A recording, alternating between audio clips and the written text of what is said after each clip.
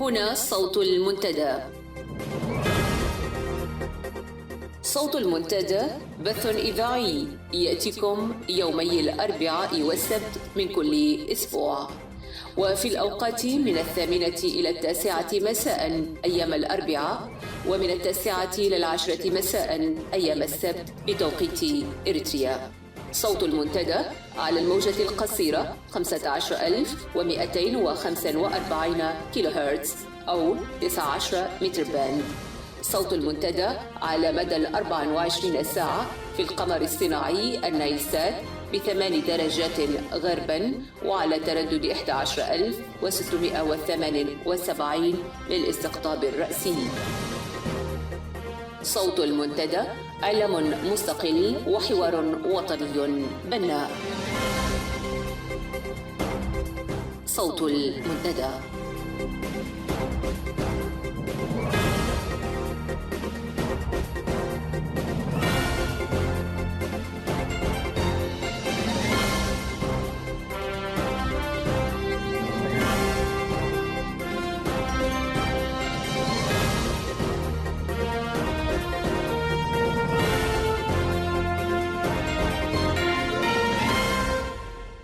المستمعون الكرام، مساء الخير وأهلا ومرحبا بكم في ساعة منتدى السبت. اليوم 12 من 12 2015. معكم أمل علي والزملاء محمد علي موسى وصلاح الزين في هذه الساعة.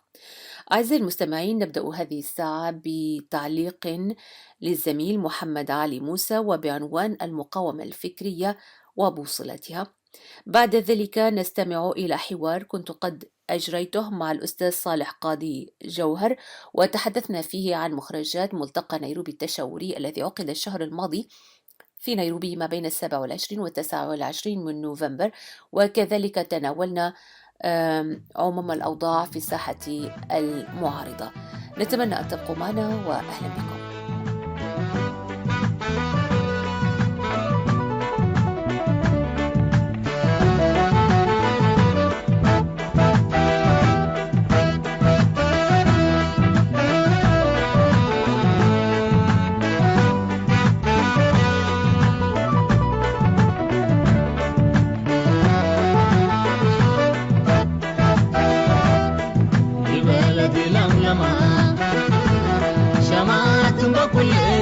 كل بلقى دنا أخلما كل ما أخلما وانت قريب ركسنا يقرا من كل صورة يبرا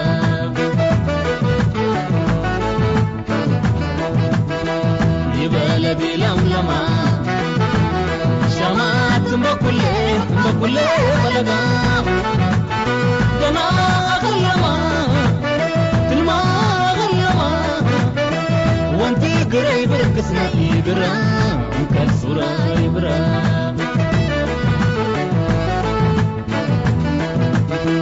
تعميش بوخدك الصغم كداقل إريتراك وشانتي ما يبابل يجامرا انت تكلم لما كومتان هندم برودات لما تعال أخلق وشامات يبرا قامل إيه وقوة الكود قمن تقني علي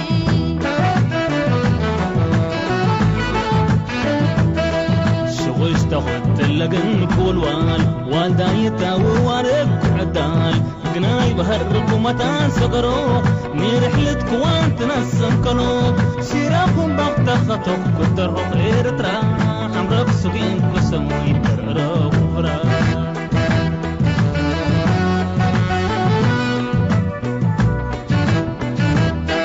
وكرس لتغواسوك وفي اللقداق كدوس الغشامي دوم شاكت لي ورداو إلتريان وشام دبساو سفال التبشيش داو إلتريان وشام دبساو سفال التبشيش داو إلتريا لولا عمل ما لترمك وقنع سليك أول طوالي إلتريا لولا عمل ما لترمك وقنع سليك أول طوالي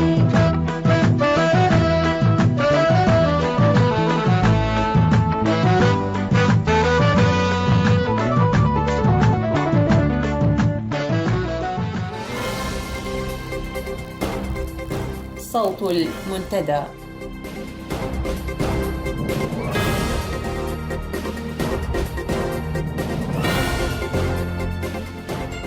وفي تعليق المنتدى كتب الزميل محمد علي موسى بعنوان فلسفة المقاومة الفكرية وبوصلتها يقول: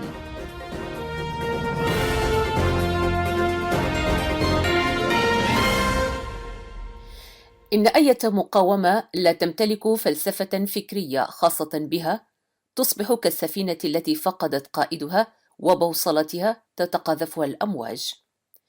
بناء على هذا، علينا التعرف على استراتيجيتنا واستراتيجية الطاغية بدقة متناهية.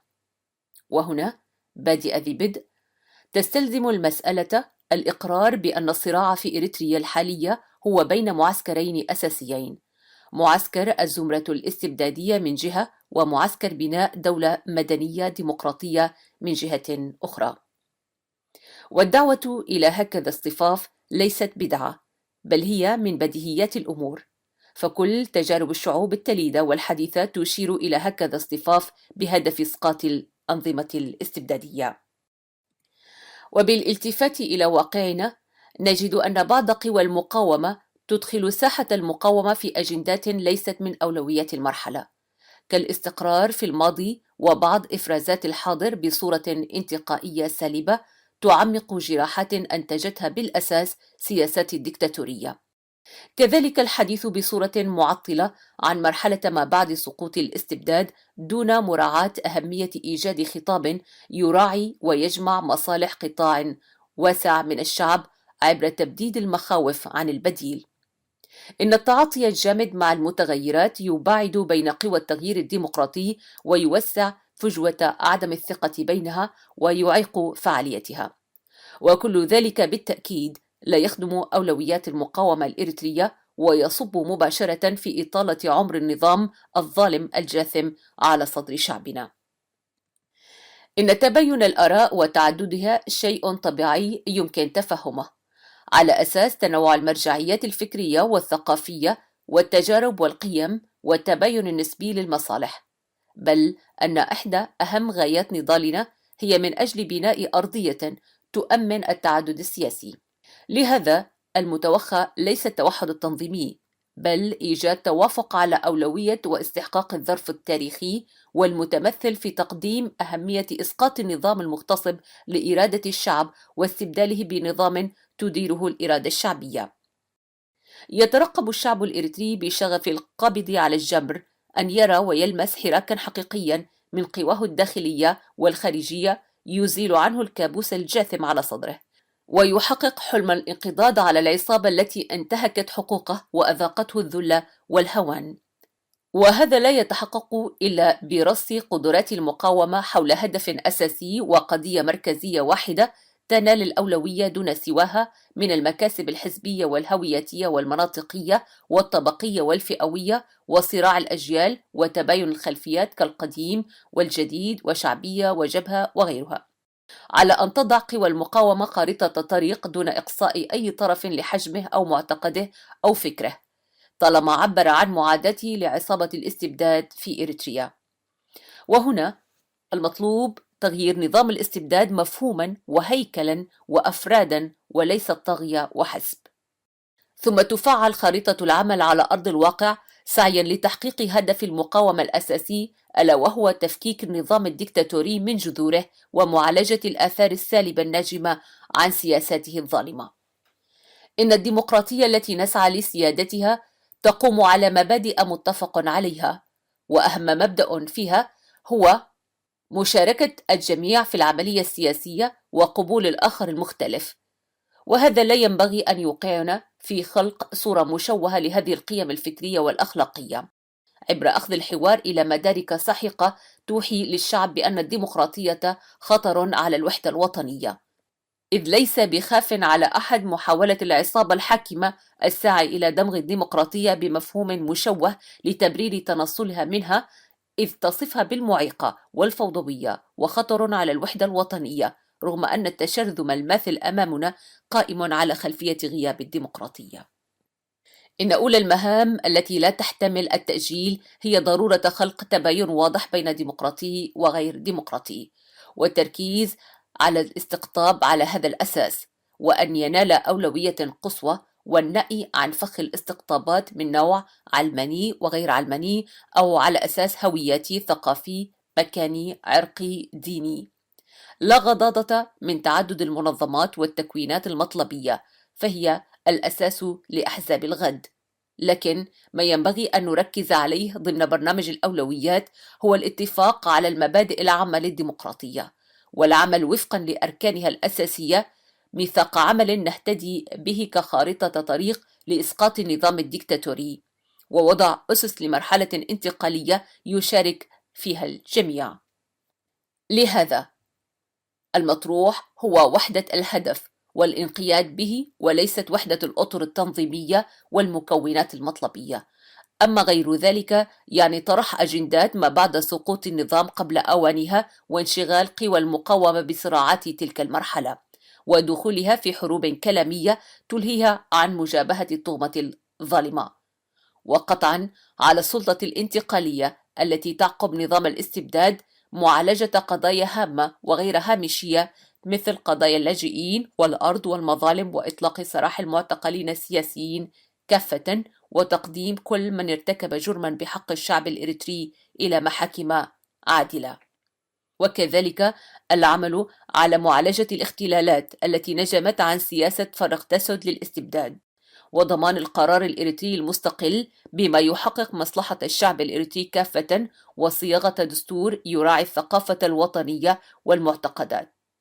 إن القول إما برنامجي أو الطوفان هو موقف يتناقض وقواعد العملية الديمقراطية، فضلا عن كونه يتناغم مع ما يطرحه نظام الطاغية، وهذا يعني وضع العرب أمام الحصان.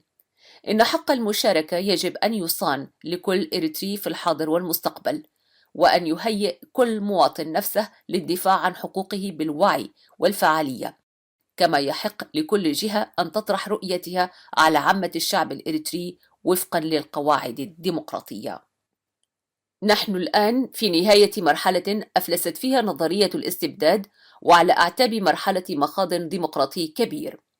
فالمتغيرات الكبيرة الحادثة في تنامي الوعي الشعبي بماهية الاستبداد وقبضته المميتة، وانزلاق النظام الحاكم بتبريرات إخفاقاته بصورة ممزوجة بالمؤامرة الخارجية، واضطراره تحت الضغوط الخارجية والداخلية الولوج في حملة علاقات عامة سياسية.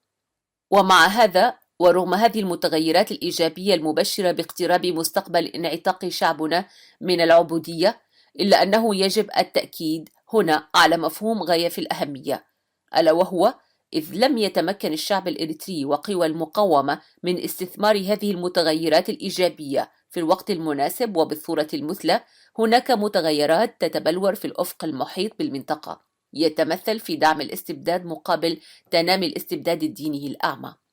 فالكل يدافع عن دوله ومصالحه، ولا أحد يعير مأساة شعب ما أي اعتبار. وعلى مثقفي إريتريا أيضا الإسهام بالتحليل العقلاني والعلمي الذي يسهم في تقصير عهد الاستبداد، فالمشهد الإريتري لا يحتمل مثقف مترفع. المرحلة في حاجة لمثقف لا يحلق فوق المواقف، ولا لمثقف يضع العصي في دواليب الحوار، كما أنها ليست بحاجة لمثقف منحاز لأولوياته الحزبية وغيرها، بل هي في حاجة لمثقف منحاز إلى المبادئ والقيم العامة للعدل والديمقراطية. لنتعهد بأن البديل هو دولة العدل والديمقراطية تحفظ فيها حقوق الجميع، شرط أن يكون الجميع حاضرا بالفعل حاليا ومستقبلا، ونعمل فيها بتغيير جذري لكل سياسات الدكتاتور وآثاره. وعلى هذا الأساس تراعي قوى المقاومة الديمقراطية أولويات المرحلة، وتتبنى خطاب موحد، وتنسق بشكل فعال الجهود فيما بينها لننتزع البلاد من مخالب مفترسها لصالح الشعب الإريتري بكل مكوناته. نحن في نهاية مرحلة أفلست فيها تماما نظرية الاستبداد، وعلى أعتاب مرحلة مخاض ديمقراطي كبير ينبغي أن نفعل استحقاقاتها لنهزم الاستبداد مرة وإلى الأبد. محمد علي موسى.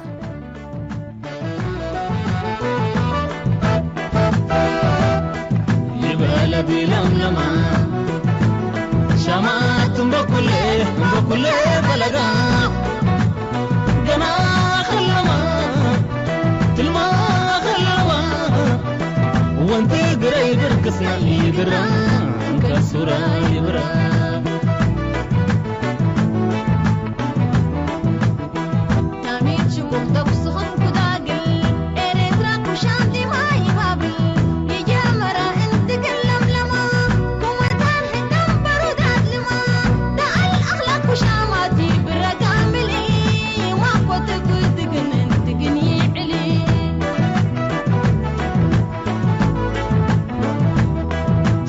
تاخد تلقن كل والداي توه وارك عدال قناي بهرك ومتان سقرو نيرحلتك وانت نسنكلو سيراخم بختخطو بترهق إيرترا حمرا بسبين قسموين كررو كفرا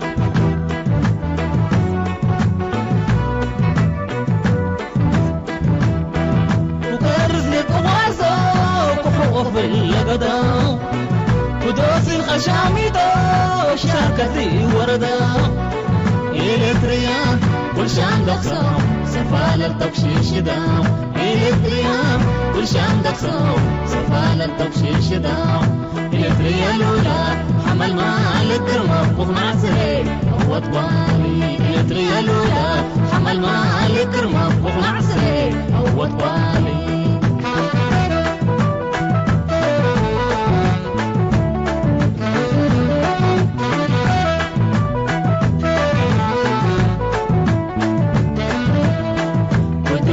بحر عطشان ضاق وعرايب تهبل الصداق لفالهم راكل والرباق وشام بقنا شام بلقاق وتبلخ بحر عطشان ضاق وعرايب تهبل الصداق لفالهم راكل والرباق وشام بقنا شام بلقاق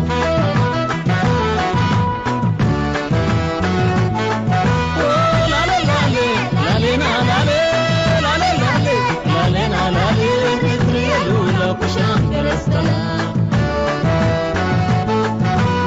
لا لا لالي لالينا لالي لا لا لالي لالينا لالي مثري لولا كشام درستنا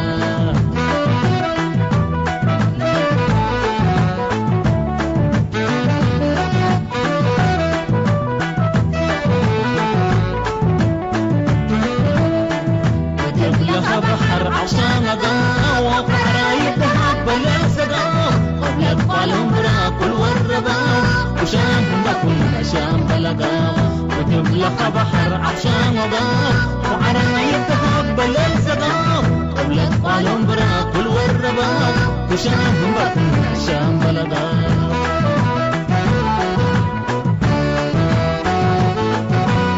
لا لا لا لا لا لا لنا لالي تدري لولا بشام درستلاي لا لا لالي لالينا لالي لا لا لالي لالينا لالي تدري لولا بشام درستلاي لا لا لالي لالينا لالي لا لا لالي لالينا لالي تدري لولا بشام درستلاي لالينا لالي لالي لالينا لالي لتريالو لو كشام برستنا. أعزائي المستمعين، أهلا بكم مجددا، وأرحب الآن بضيفي في هذا المساء الأستاذ صالح قاضي جوهر، وهو كما نعرف جميعا غني عن التعريف، كاتب وإعلامي وناشط سياسي ومدير ومؤسس موقع عواتي الإلكتروني. أهلا بك أستاذ صالح، ويسعدني أن ألتقيك مرة أخرى في صوت المنتدى. يا هلا بك. مرحبا أخت آمال، برضو أنا يسعدني هذا اللقاء، شكرا. يا هلا بك. طبعا هناك الكثير الذي سنتحدث عنه مع ضيفنا اليوم، ويعني خاصة في التطورات الأخيرة على مستوى الساحة المعارضة، من الملتقى نيروبي الذي عقد في الشهر الماضي إلى لقاء فرانكفورت، إلى الحراك المعارض بشكل عام ونظيره في الداخل. أستاذ صالح، دعني أبدأ معك أولا من آخر حدث على صعيد العمل المعارض، وهو ملتقى نيروبي أو الحوار التشاوري الذي جرى في نيروبي في أواخر الشهر الماضي، والذي أنت شاركت فيه. قبل أن ندخل في هذا الحوار بشكل عام، دعني يعني أعرف كيف كانت مشاركتك في هذا الحوار، ويعني ما الدور الذي يعني قمت به في هذا الملتقى. نعم، شاركت في ملتقى نيروبي. شاركت بصفتي بنفس الصفة التي أجري فيها هذه اللقاء معك. نعم. ولكن بصفتي كناشط سياسي، مع أن عبارة ناشط سياسي ركيكة نوعا ما. نعم. شاركت بصفتي مناضل من أجل العدالة والحرية، بصفتي رافض لكل أنواع الإقصاء والتعالي، بصفتي الساعي للوحدة والمصالحة الإريترية، وبصفتي كشريك في العمل المبذول لعقد هذه الملتقى. نعم.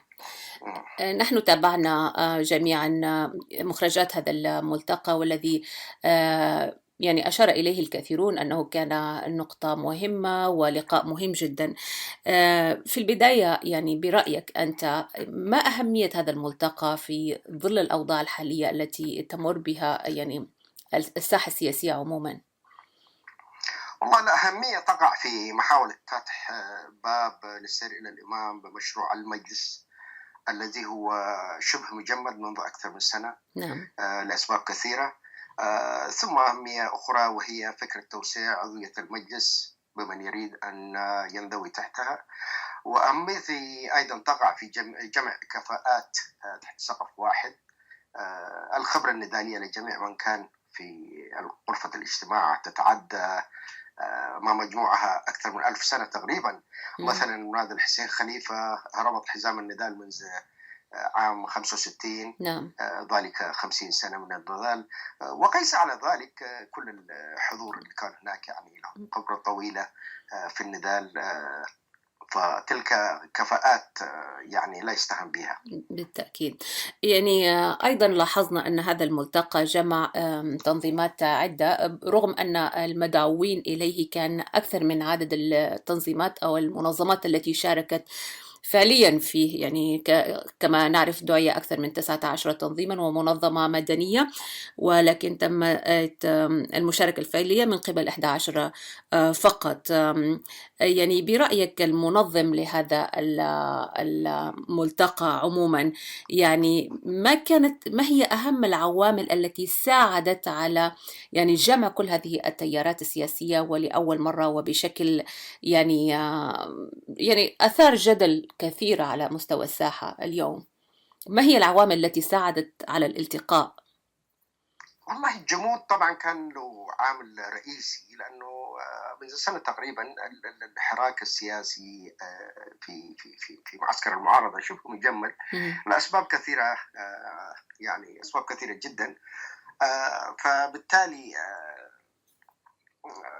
يعني الملتقى كان نوعا ما محاولة للخروج من الجمود هذه، وتقريبا النفسيات كانت شبه جاهزة وتحتاج إلى مخرج معين، ونحتاج إلى مخرج معين طبعا يعمل تنازلات وقلوب تكون سافية، لأنه الهدف الرئيسي هو مخرج. فهذه كانت السبب الرئيسي. إنما التنظيمات التي شاركت أعتقد تمثل الغالبية العظمى من المعارضة، ومن لم يحضر أخص منهم مثلا تنظيم العفر وتنظيم الكنامة والسمر، وربما شق آخر. أما التنظيمات الأخرى فلا أعرف مكوناتها وتاريخها، والحزب الصغيرة. وتم دعوة الجميع، لكن هناك من امتنع عن الحضور ولا أعرف الأسباب. أعتقد هذه الأسئلة تخص من لم يحضر حتى يجاوب عليها. نعم. لا أستطيع أن أجيب على الأسباب، ولكن بعض التنظيمات لم تحضر. ولكن الأهمية هنا لأنه الاجتماع أو الملتقى كان يخص التنظيمات السياسية فقط، ليس تنظيمات المجتمع المدني أو غيره. نعم. فكان اجتماع سياسي نعم. بحت. نعم. إذن يعني هذه العوامل التي ساعدت على الالتقاء، يعني ورد في البيان الختامي أو مخرجات الملتقى أن الوضع السياسي الذي يعني تمر به البلاد وتأزمه وضرورة العمل معا للخروج بحلول أيضا طرحت من خلاله وبناء عليه عدة أوراق. هل أعطيتنا فكرة يعني عن أهم المحاور أو الأوراق التي تم تناولها من قبل هذا الملتقى وأهميته؟ والله ما أقدر أقول أوراق في كلمات، إلقاء كلمات من يعني رؤساء الوفود أو رؤساء تنظيمات. هذا هو ملتقى سياسي في الأساس. تم الاستماع إلى كلمات الوفود ونعتبرها رؤيتهم السياسية التي تقترح مخرجا من الأزمات بشتى الوسائل كما يرونها. لم يكن لقاء أكاديمي حتى نركز في الأوراق التي قدمت، فهناك كانت رؤية سياسية للتنظيمات، وعلى هذه الضوء تم الاجتماع، فلم يكن اجتماع أكاديمي حتى نركز في الأوراق التي تم تقديمها. ولكن يعني هل تعتقد مقارنة بمتطلبات المرحلة، هل تعتقد أن هذا الملتقى استطاع أن يقف على يعني الأشياء المهمة يعني سياسيا في هذه المرحلة؟ طبيعي كان في يعني زي ما تقولي تجربة ما قبل الاستقلال، تجربة عامة الكل اشترك فيها. يحتاج إلى إعادة يعني تقييم ما تم إنجازه حتى الآن، وما كانت العوائق التي أدت دون إيجاد تنظيم موحد يستطيع أن يؤدي رسالته بأكمل وجه.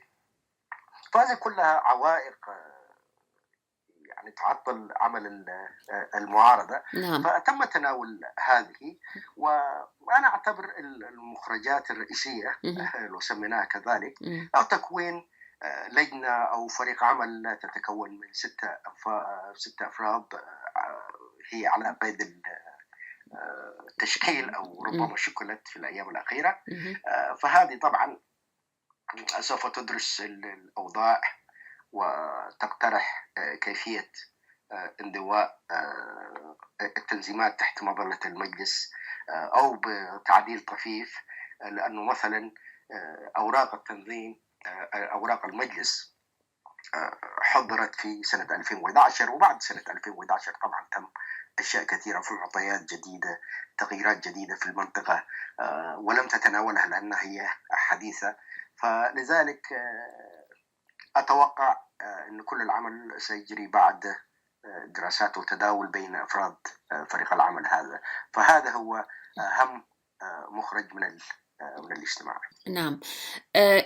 يعني في هذا يعني الاجتماع الذي عقد في نيروبي أستاذ صالح، يعني كثيرون يعني أبدوا تحفظات وربما حتى استياء أو مخاوف من أن من قام عليه وهو المنتدى الإريتري ربما يحاول اختطاف كل منجزات المعارضة ويعني والذهاب بها إلى حيث يريد. وهناك أيضا كلام عن أن يعني بحكم أن المنتدى الإريتري القائمون عليه هم من مناضلين سابقين في الجبهة الشعبية، هناك محاولة لإعادة يعني خلق نموذج الجبهة الشعبية وإدخال المعارضة فيه، مما كمان يعني يكون سبب أنه في بعض التنظيمات أو المنظمات لم تريد أن تشارك. يعني كيف ترى ذلك أنت؟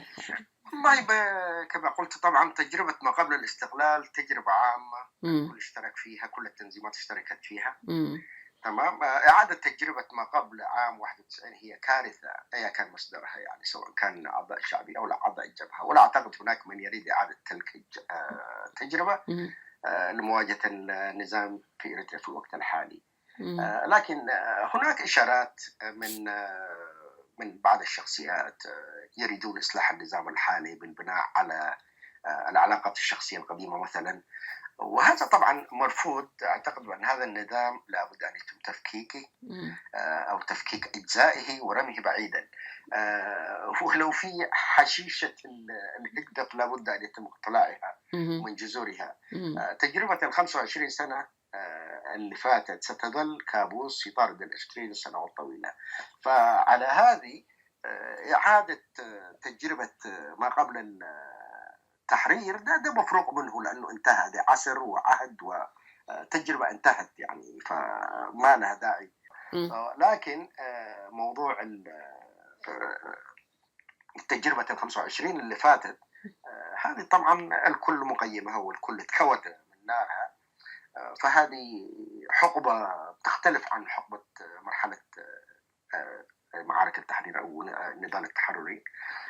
فالمخرجات أو الاتفاق العام اللي تم في نيروبي هو تغيير النظام من جذوره، فهذه لم يكن هناك اختلاف.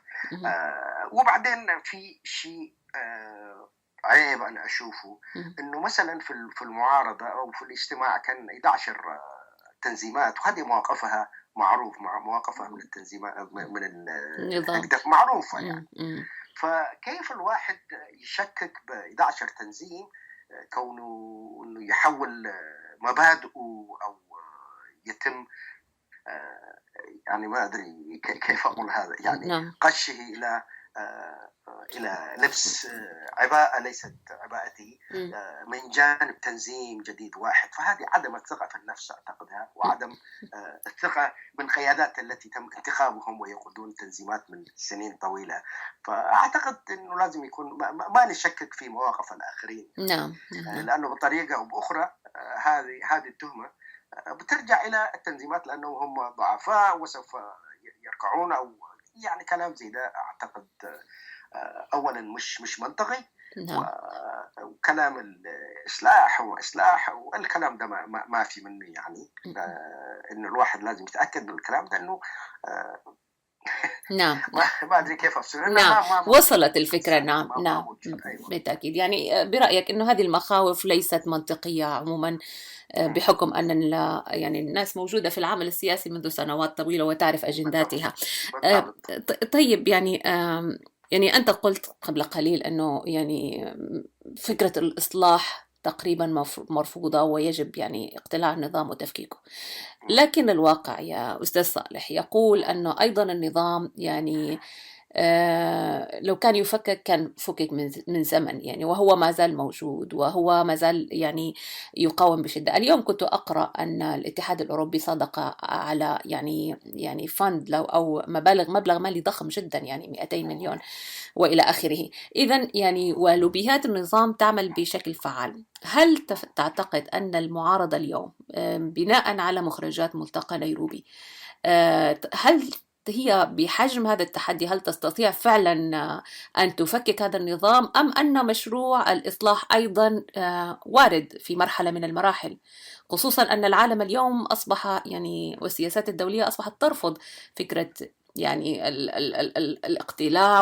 والفوضى السياسية في المناطق وغيره؟ يعني العالم يشجع على مسألة المصالحة أو المفاوضة، أو يعني هل ترى ممكن أن يحدث هذا؟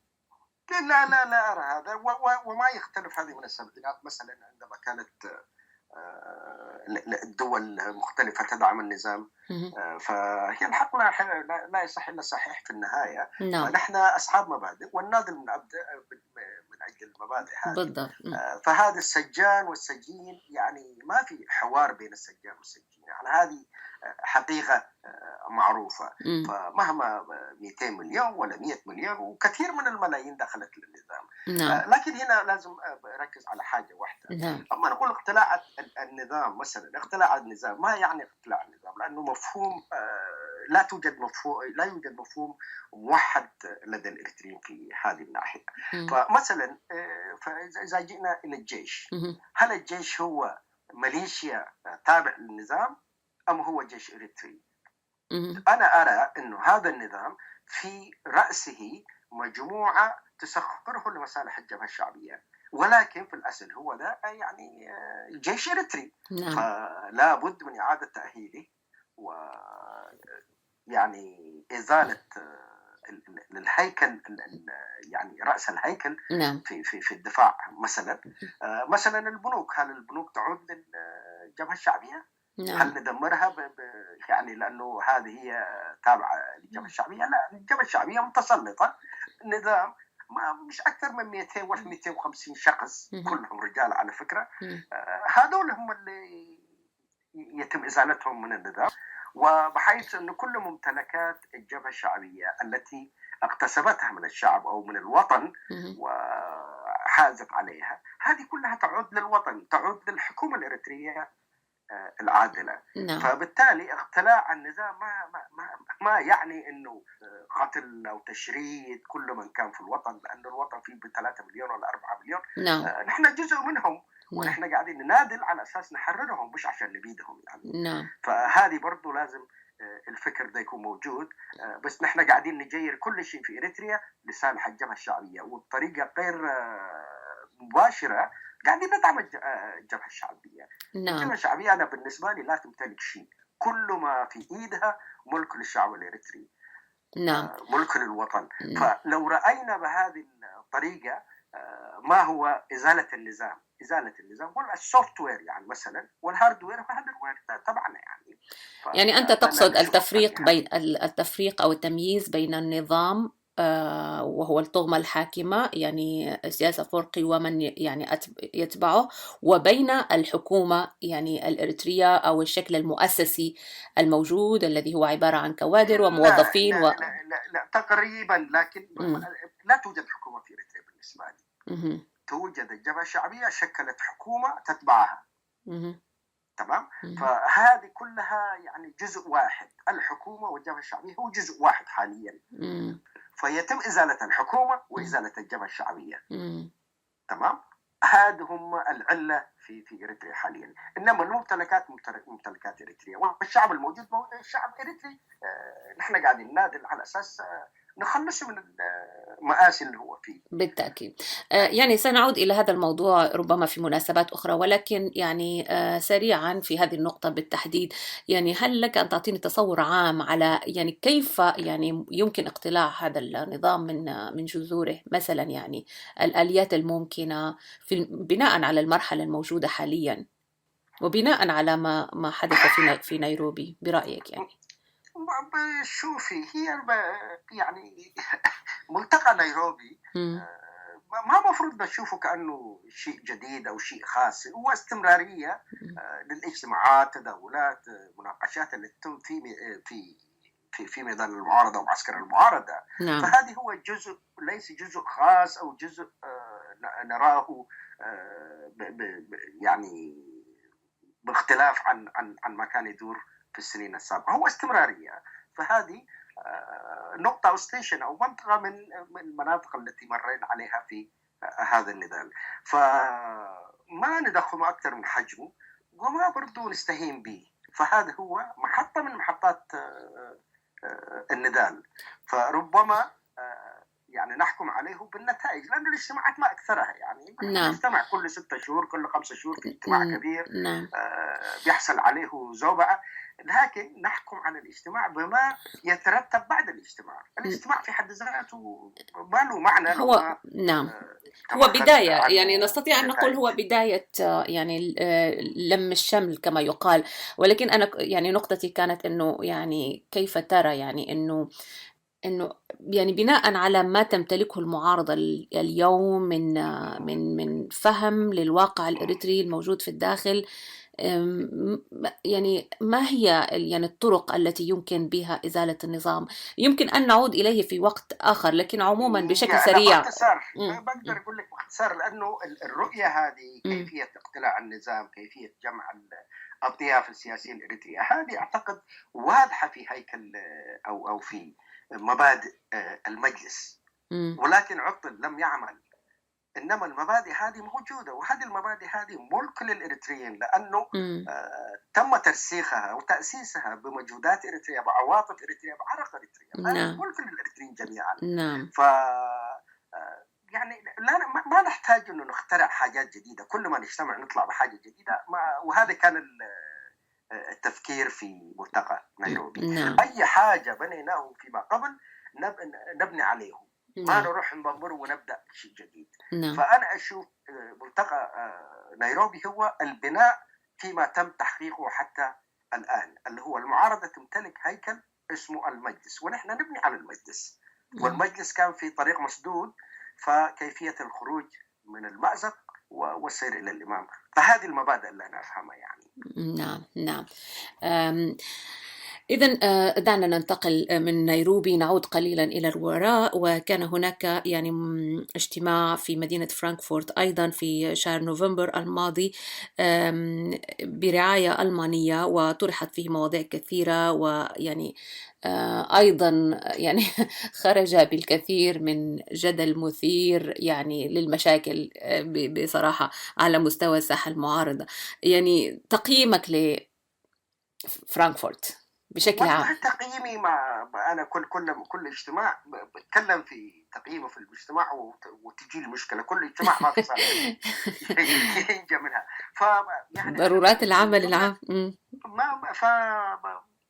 مؤتمر فرانكفورت يعني هو مؤتمر يعني لا ما في اجتماع معينة ولا عنده شرعية معينة ولا شيء. اجتماع وتداولي، ممكن أنا وأنت نجتمع نجيب 10 أنفار نجتمع في أي مكان يعني. فهل هذا مدى الحدث هذا أهميته أو عدمه هو يتوقف على النتائج. والنتائج أنا من فرانكفورت يلتقى كويس، يعني الناس التقت وشافوا أشياء كثيرة وتعلموا أشياء كثيرة وكذا، دي كويسة. لكن ما هي الخطوة القادمة يعني بعد؟ طيب يعني الذي أثار المشكلة في فرانكفورت هو الرعاية الأجنبية لهذا الاجتماع، الدعوة يعني ما وراءها، لماذا ولماذا الآن، ولماذا ألمانيا وغيرها من الأسئلة. ما أحبذ أي واحد يوقف قدامي ويناقشني بقضايا أريتريا. مش إريتريا، لأنه إحنا عندنا شرعية، والشرعية دي نحن كإريتريين لو ما دعمناها ما حد حيدعمها. نحن عندنا معارضة، فردينا أبينا في معارضة، لو ضعفت هي انعكاس ضعفنا، ولو قويت هو انعكاس لقوتنا. فبالتالي ما دام عندنا قيادة، هذه قيادة للمعارضة تحت لواء يعني قيادة المعارضة اللي عندنا، ممكن نعقد أي اجتماع نتداول فيما بيننا. ولكن إنه نجعل من الموضوع موضوع أكاديمي وإن أي واحد يدعونا ونناقش، هذا الكلام يعني أنا ما يدخل دماغي. يمكن الناس تختلف معي، لكن أنا ما أحبذها وما أكثرها. نعم. يعني نعم. أنت تعرفي كم من هذه الأنواع من الاجتماعات جرت يعني. نعم. فلما يوقف إريتري قدامي محسوب على المعارضة، ممكن أنا أجي وأتكلم نوع من الشرعية، في الشرعية المعنوية فيه على الأقل يعني. نعم. لكن أي من هب ودب يقول لي تعال نناقش قضايا إريتريا، هذا كلام طبعا أرفضه أنا تماما. نعم، ولكنه يحدث عموما. يعني أيضا هناك يعني ما يحدث بعد مثل هكذا اجتماعات أنه يخلق قضايا ربما ليست هي القضايا الأساسية، وتحور يعني الساحة والانتباه إليها، يعني قضايا فرعية جدا في الوقت الحالي يعني مقارنة بمتطلبات المرحلة. فهذا من هذا المنطلق كنت أسألك عن يعني وهي تعلق بالقش. بالضبط. إذن نعود مرة أخرى لأسألك أيضا في ملتقى نيروبي، وفي حدث خاص بك أنت شخصيا يعني، وأنت يعني دائما شخصية مثيرة للجدل أيضا على مستوى الساحة. كنت الله يستر يعني في لقائنا الأول كنت يعني تماما لك تحفظات في هذه المجموعة التي يعني نشأت مجموعة المنتدى أو ما يعرف بمدرخ، واليوم بعد مرور كذا شهر أو سنة أنت تعمل مع هذه المجموعة، ومن منطلقات كنت قد تحدثت عنها أيضا في مقال لك، وأنا شخصيا أجدها جدا يعني جميلة ومشرفة. ولكن أيضا تعرضت لحادث شخصي مع السيد عند برهان، وتحدثت عنه في مقال بالوني كبير هناك يعني. دعنا يعني مثل هكذا بسيطة كل يهون من أجل المصلحة العامة. يعني أنا كنت عايزة يعني أسأل بالتحديد لأننا يعني الساحة مكشوفة والكل يتحدث. عندما يحدث مثل هذا وضع يعني أو خلاف، هل من يعني نقله إلى الساحة العامة، هل يعني هو مفيد أو يعني بيساعد على كشف ممارسات معينة، أو هو ربما يعني يخلق أزمة أكبر؟ شوف يا تفضل. أمل، عملية يعني حوادث مثل هذه ليست حسابات أو ساينس يعني، أو هي مش معلومات يعني. نعم هي تتوقف في كيف إنه البني آدم يتعامل معها في اللحظة. نعم تمام. ففي اللحظة أنا رأيت الطريقة التي تعاملت بها كانت أفضل طريقة. نعم فهاينسايت بعد يوم بعد سنتين لو عملت كذا كان أفضل، لو كذا ممكن يكون فيها اجتهادات، لكن أنا في اللحظة هذه شفت القرار اللي اتخذته قرار صحيح. بس أنا نسيت الموضوع أول ما كتبت عنه. بالنسبة لي تعتبر منتهية، لأنه لدينا أمور أهم أكبر من تصرف طائشي، فالكل يحتاج إلى وقت حتى يتأقلم مع الجو السائد في المعارضة، وهو نوعا ما يعتبر غير منضبط من كثرة الحرية فيه. نعم ومن يأتي إليه من أجواء شبه عسكرية مثلا منضبطة تفتقد لأدنى الحريات، قد يحتاج إلى بعض السنوات للنزول من السرج العالي نعم ويرى نفسه في نفس مستوى الآخرين.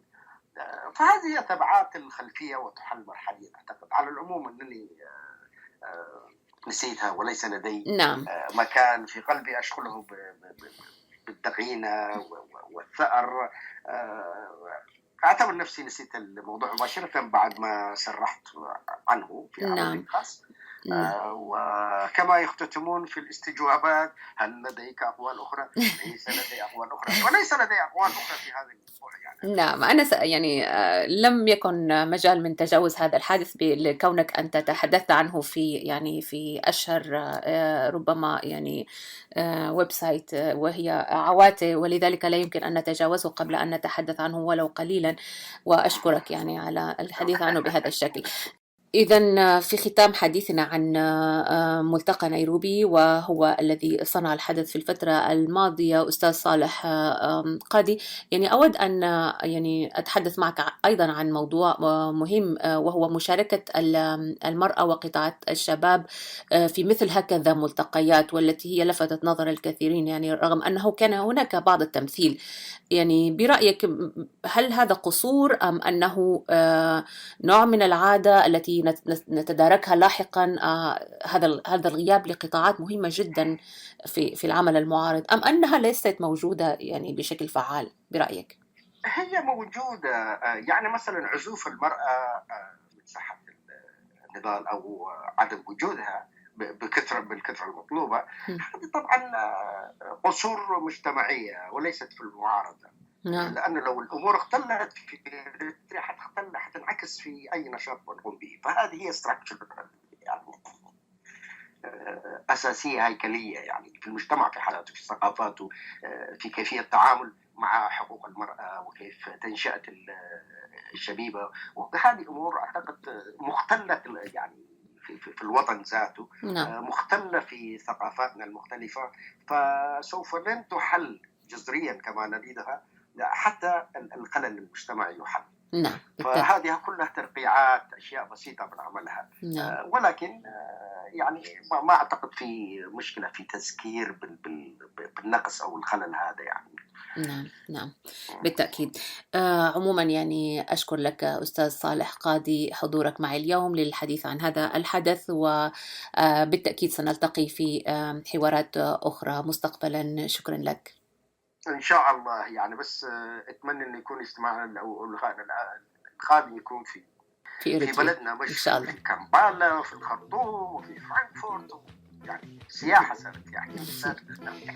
نتمنى ذلك. شكرا لك. شكرا.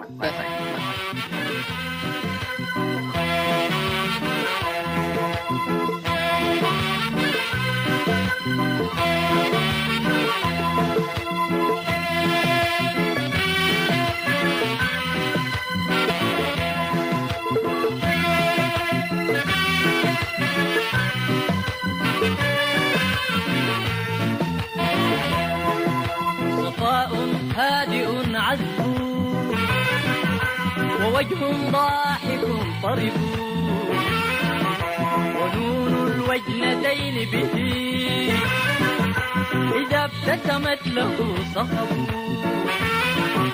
رويت غرور يافعة فأدمى قلبي الوصب فيا عجبي بنافرة يزيد نفورها العجب يزيد نفورها العجب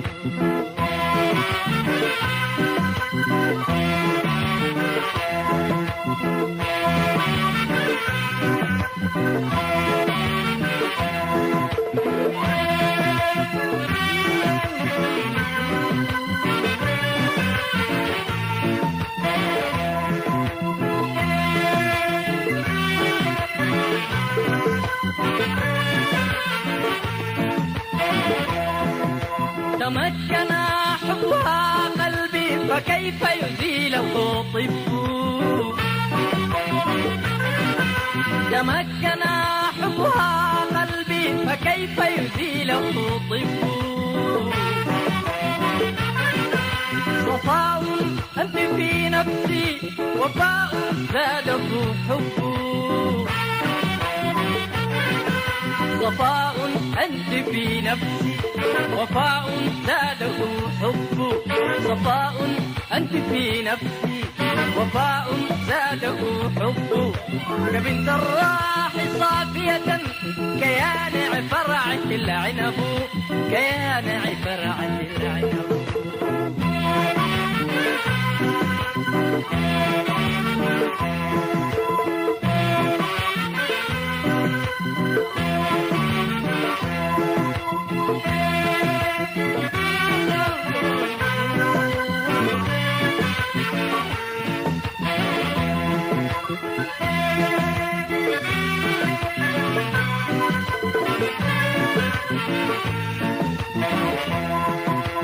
وفي كل عنحاء وبالأركان كم درب بها عابد صامت وحيد صمته صلب خلو القلب عذبه كأن شعابه حطب تحرك جنبه نار ويدري جوفه اللهب تحرك جنبه نار ويدري جوفه اللهب ويدعو ربه حتى يكون وداده السبب يكون وداده السبب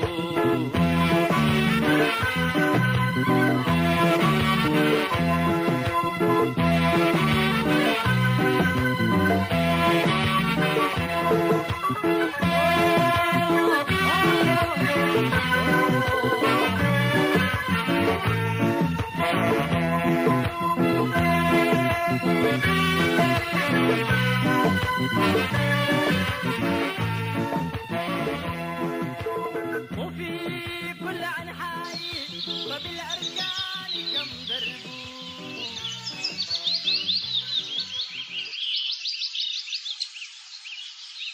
عاشق بلقيس عبد الله البردوني.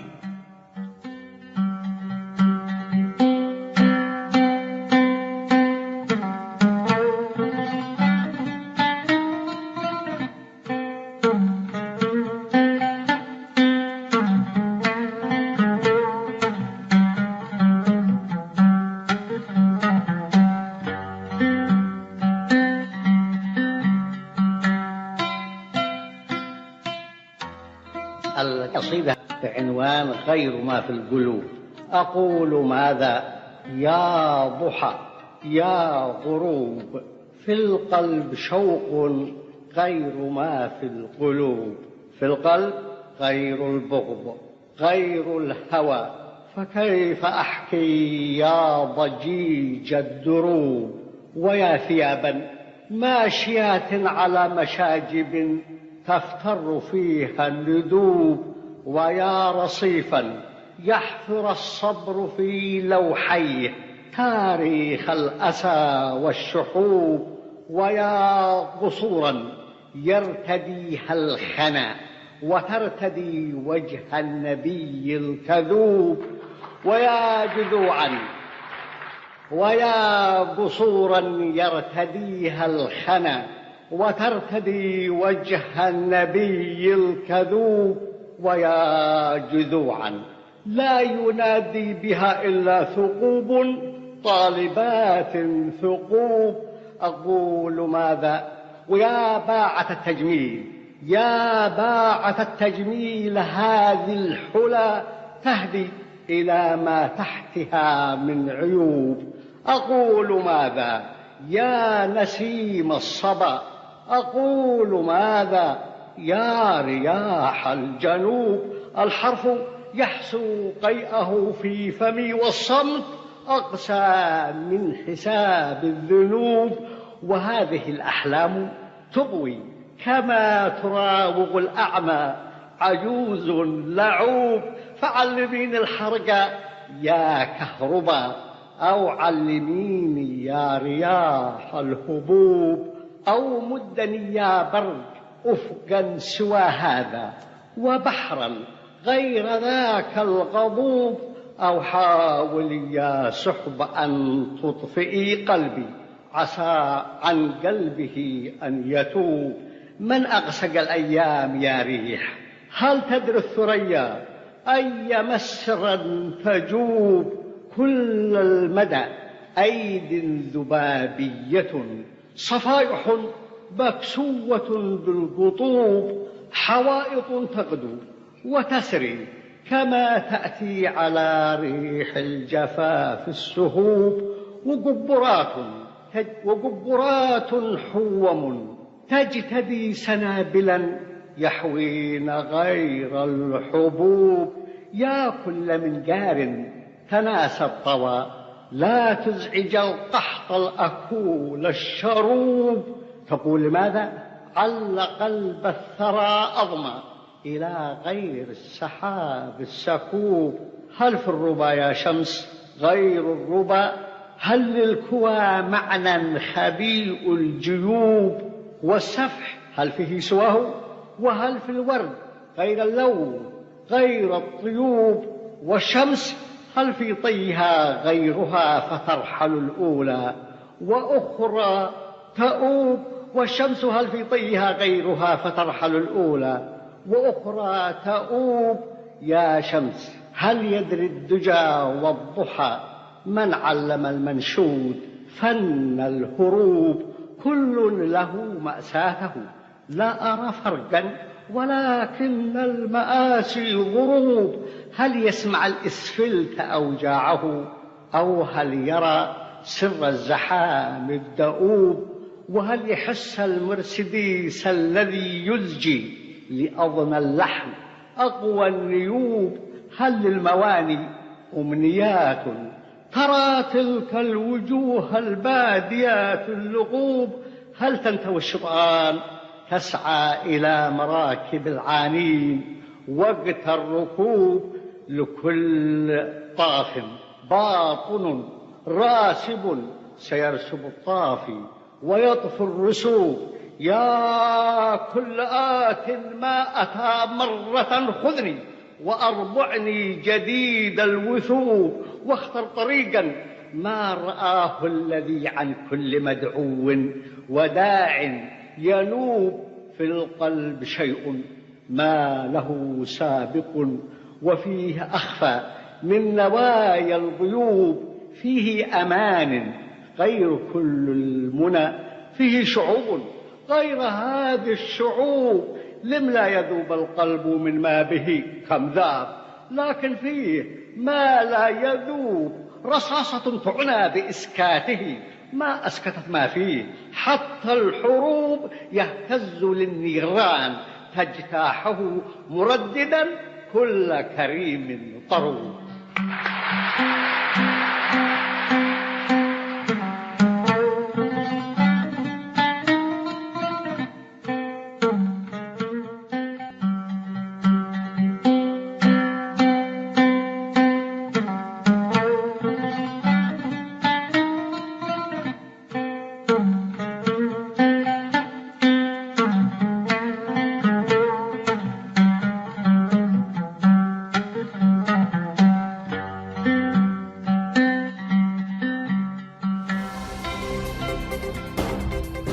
صوت المنتدى.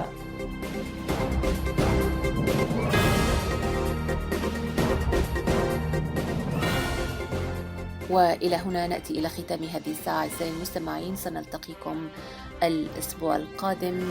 لكم تحياتي وتحيات الفريق العامل في إذاعة صوت المنتدى. ابقوا على خير وإلى اللقاء.